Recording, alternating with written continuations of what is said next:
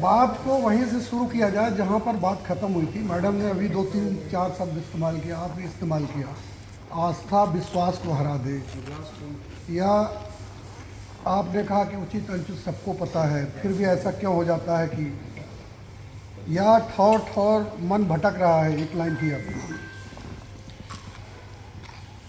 तो प्रश्न यह है कि कहाँ से शुरू करें। उचित, ये बहुत अच्छी बात आपने कही कि उचित अनुचित पता होने के बाद भी लोग गलत क्यों करते हैं। या हमने देखा होगा कि बहुत से लोग जो रामचरितमानस का उदाहरण देते रहेंगे हर बात में, भगवत गीता का उदाहरण देते रहेंगे हर बात में, लेकिन व्यक्तिगत स्तर पे वो इतने भ्रष्ट हैं।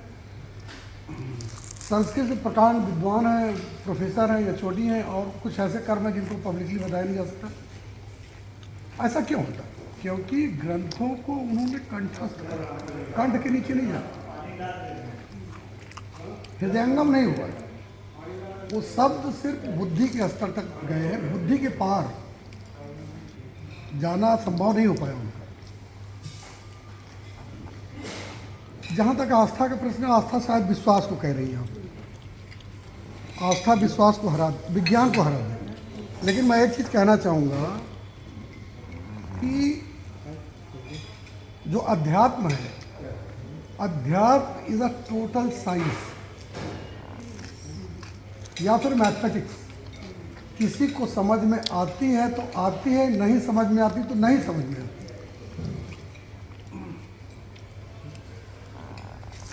एक उदाहरण देता हूँ, एक इस तरह का है कि हमने भी बनाया था कुछ, लेकिन अब सोच रहे हैं कि ये तो पता नहीं उस लाइन में जा पाएगा कि नहीं जा पाएगा। बस सारे दुख का कारण कामनाएं, हम सब जानते हैं। हमारी अपेक्षाओं से ही सारे दुख होते हैं। हम आपसे ऐसे अपेक्षा करते हैं कि आप ऐसा व्यवहार करें, ऐसा हमारे साथ करें, क्योंकि मैंने किया था, आप नहीं करते हैं तो हमको दुख होता है।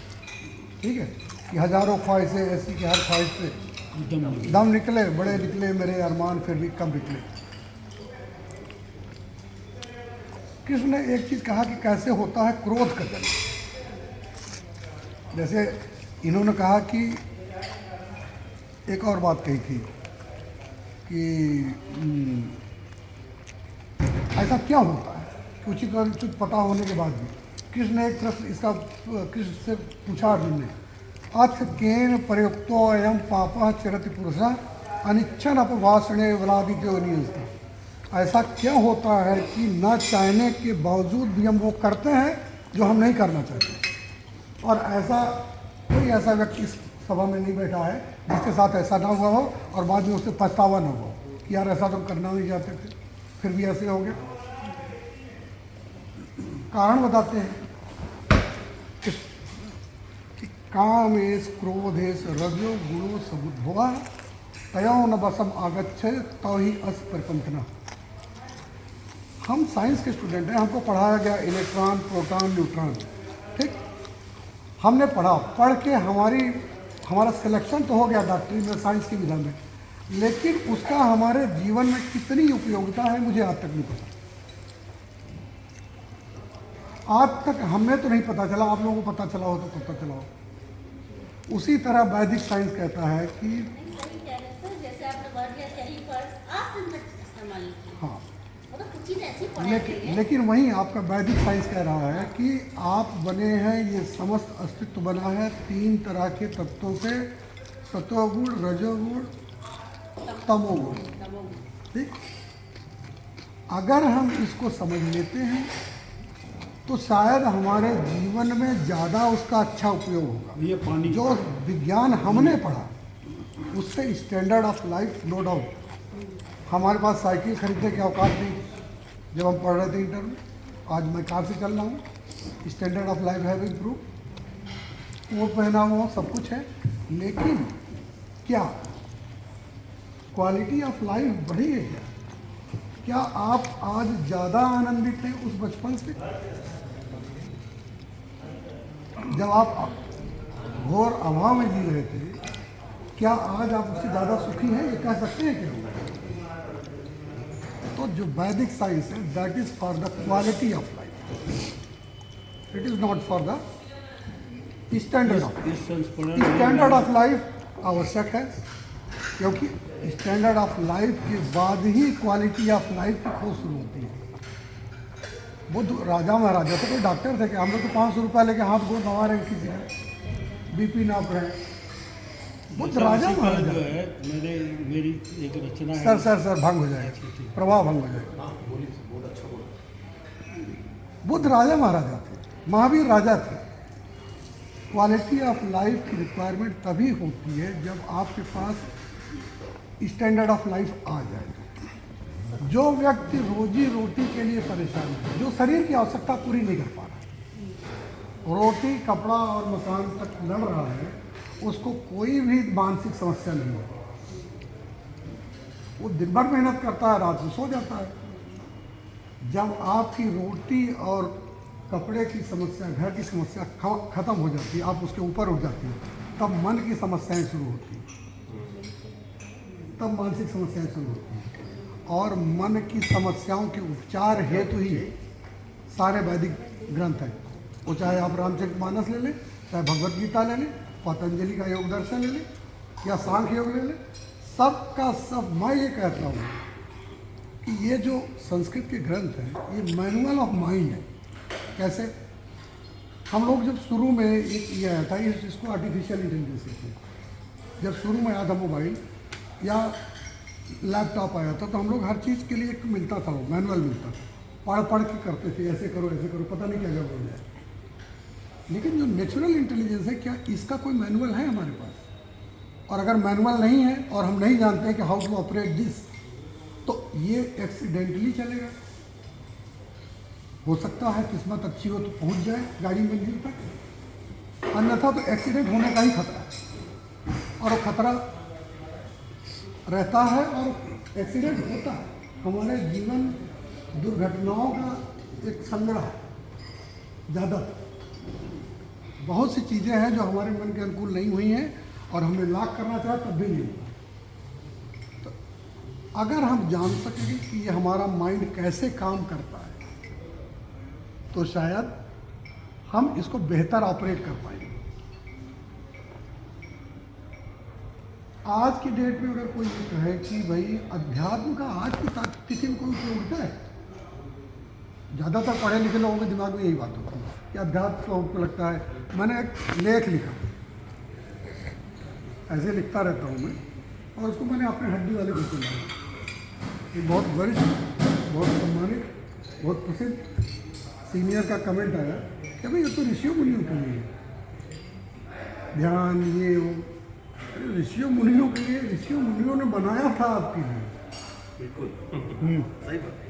उन्होंने उस पर एक्सपेरिमेंट किए थे, उस पर वैज्ञानिक प्रयोग किए थे, उसको समझा था, फिर आपको दिया है। आप प्रयोग करके आपको दिया।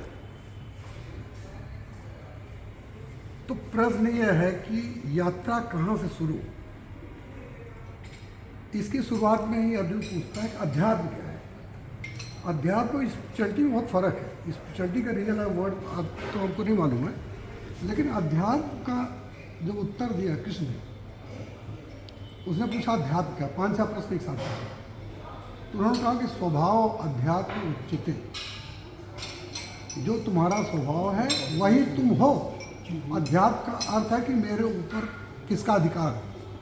अधिक आत्म, जिसका अर्थ होता है कि हूँ आई एम आई, मैं हूँ कौन। अगर इसको मेडिकल साइंस के अनुसार अगर आप इसको देखिएगा तो आप कहेंगे कि आप 2 सेल से बने हुए हैं, एक स्पर्म और एक ओवम, एक माता का रज और एक पिता का शुक्र, इसी से बने। लेकिन आपको अगर एक शर्ट आपका पिता दे और माता एक पैंट दे, और आप दोनों पैंट और शर्ट पहन के खड़े हो जाएं, तो क्या एक कह सकेंगे कि आप ही यही पैंट शर्ट ही मैं हूँ? कह पाएंगे? इसका मतलब है कि आप वो नहीं जो आपको वैज्ञानिक रूप से पढ़ाया गया। आप कुछ और हैं। आपने माता से एक प्रॉपर्टी लिया, पिता से एक प्रॉपर्टी ली, ये आपकी प्रॉपर्टी है, नो डाउट अबाउट इट। जिसमें क्रोमोसोम है, ये है, वो है, उसमें है, आपका मैपिंग बना हुआ है। लेकिन कुछ और है। इसको हमारे यहाँ वैदिक साइंस में क्या कहा, जैसे हम लोगों ने पढ़ा है कि 3 लेयर शरीर की होती है, एक्टोडर्म, मीजोडर्म और एंडोडर्म।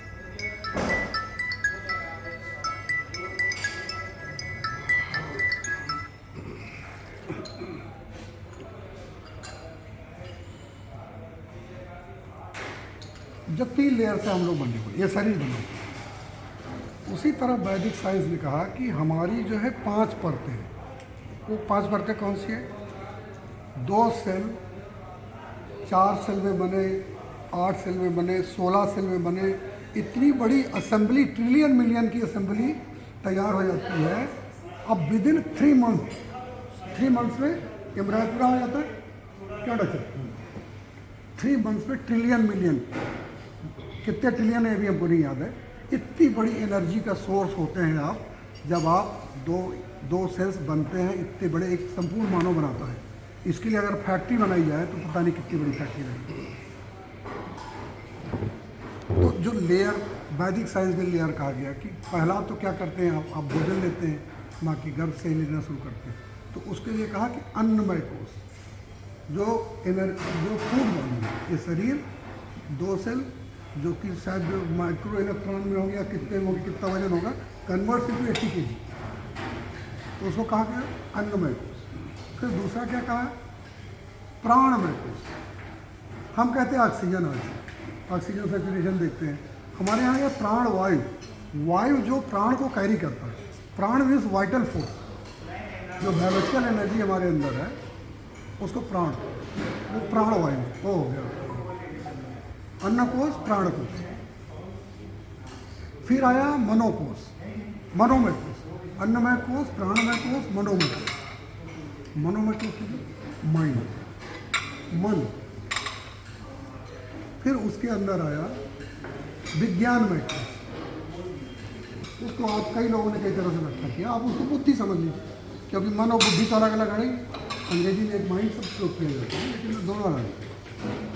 और फिर उसके बाद कहा गया कि आनंदमय कोश, जो सबसे अंतरतम हिस्सा है, वो ब्लिस बॉडी है। और आज अगर आप गूगल करेंगे तो आपको आनंदा माइंड नाम से एक इन लोगों ने मॉलिक्यूल भी खोज निकाला है साइंस में। गॉड पार्टिकल तो उसको मूर्खता है। गॉड जो अलौकिक है वो पार्टिकल कैसे, with in particulate, how it can be particulate. इसी में आपने कहा कि सब कुछ तो अपने भीतर है। आनंद सेवा करना ब्लिस रेस्टोरेंट में आनंद का शायद इंग्लिश शब्द ब्लिस ही होगा। हाँ, ब्लिस बीइंग ब्लिसफुल। सब कुछ तो अपने अंदर है। आपने कहा ना क्या है, कुंडलनी क्या कस्तूरी कुंडल वैसे मृग ढूंढे बनवाए, ऐसे घट राम है, दुनिया क्या है देखत ना है। तो अंतः प्रवेश कैसे हो, ये सबसे बड़ा प्रश्न। अगर हमको अपने मन को समझना है, मन के पार जाना है। मन तो जाल है, मकड़ जाल। मन तो जाल है, मकड़ जाल है। मनमानी, हमको लगता है कि मैं मनमानी कर रहा हूँ, मतलब ऐसा होता नहीं। मनमानी मेरा मन मेरे साथ कर रहा है। इसलिए हमारे यहाँ एक शब्द आया स्वामी। Swami means I am my master. क्या हमको लगता है कि मैं अपने मन का मालिक हूँ? ये ऐसा है क्या? अभी मैं 2 गाली दे दूँ तो तुम ऐसे ही रहोगे क्या, या बदल जाओगे, प्रतिक्रिया करोगे? या अभी मैं प्रशंसा चल रही है एक दूसरे की तो अच्छा लग रहा है, मतलब हमारी कोई स्विच है बॉडी में, बटन्स हैं, कोई दबा दे एक बटन तो हम एक तरह से बिहेव करते हैं, कोई दबा दे दूसरी तो हम दूसरी तरह से करने लगते हैं। It means we are not our own master. तो वो जो स्वामी बनने की जो सीढ़ी है, जो प्रक्रिया है। अब बुद्ध का जिक्र यहाँ फिर करना चाहूँगा मैं। बुद्ध ने कहा संसार दुख है। फिर उन्होंने 4 आर्य सत्य कहे अपने अनुभव के द्वारा। जब उन्होंने बौद्धत्व प्राप्त हुआ तो उन्होंने 4 आर्य सत्य, दुख है, दुख का कारण। फिर कहा अदुख की अवस्था है, ये नहीं कहा आनंद की अवस्था है, अदुख की अवस्था है, दुख से निकला जा सकता। और फिर कहा कि उसका उपाय, यही 4 आर्य सत्य है जिसको पतंजलि ने कहा कि हे, कौन आदमी दुखी होना चाहता है इस संसार में? बताइए, कोई दुखी होना चाहता है? इसीलिए उसको कहा गया हे है, दुख हे है। और फिर कहा उन्होंने कि हे हेतु है, हेतु उसका कारण है। फिर उसके कहा कि हान, एक कोई ऐसी अवस्था है जब दुख से बाहर हुआ जा सकता है। और फिर कहा हानोपाय, हान का उपाय है। मैं आपको 2 अपने अनुभव बताता हूँ। मुझे कुत्तों से बहुत डर लगता था, ठीक है। जैसे युवांतर के में जाता था तो उसके कुत्ते थे, हालांकि बहुत छोटे थे, लेकिन भाई हम कहते हैं यार उसको बांध लो, अंदर कर लो, तभी मैं घुसूँगा, नहीं तो मैं यहीं बाहर। और दूसरे मुझे पैशन था मीट खाना। मैं यूजुअली यहाँ पे दारू पी लेता था मीटिंग्स में, मीट नहीं खाता था क्योंकि मुझे मीट का अच्छा लगता था अपने घर में बना हुआ वाला चावल, गीले चावल के साथ। तो मैं यहाँ से पैक कराता था या लुनाइस पैक कराता था, घर ले जाता था। ये दो मेरी प्रॉब्लम्स थी। इसके मूल में क्या था, इसके लिए मंत्र है पतंजलि का दिया हुआ, प्रतिप्रसव हेया सूक्ष्मा। जो क्लेश है, जो दुख है, जो प्रॉब्लम्स हैं, वो प्रतिप्रसव करने से सूक्ष्म हो जाते हैं, नष्ट नहीं होते, लेकिन सूक्ष्म होते हैं। प्रतिप्रसव शब्द ही नहीं सुना होगा किसी ने। प्रसव होता है कोई चीज़ तो कुछ उत्पन्न होता है। जैसे आपने किसी ने कहा कि आपने रचना उत्पन्न करी, रचना करी, आपको खुशी हुई। उसी तरह हमारे जितने भी संमोहन हैं, जितने भी क्लेश हैं, उनकी शुरुआत कहीं न कहीं से हुई है। एक प्रक्रिया है जिसमें आप उसके वहाँ तक जाइए जहाँ पर वो शुरू है, और घटना को देखिए, उसको प्रक्रिया मत करिए, कुछ प्रक्रिया मत करिए, सिर्फ उसको देखिए, याद करने से ही वो सूक्ष्म हो जाता है। तो इस तरह की ढेर सारी प्रक्रियाएं हमारे पास हैं अंतःकरण में प्रवेश करने की। पहला तो यही कन्फ्यूजन हो जाता था, कहते क्या है अंदर क्या करें, अंदर देखें क्या।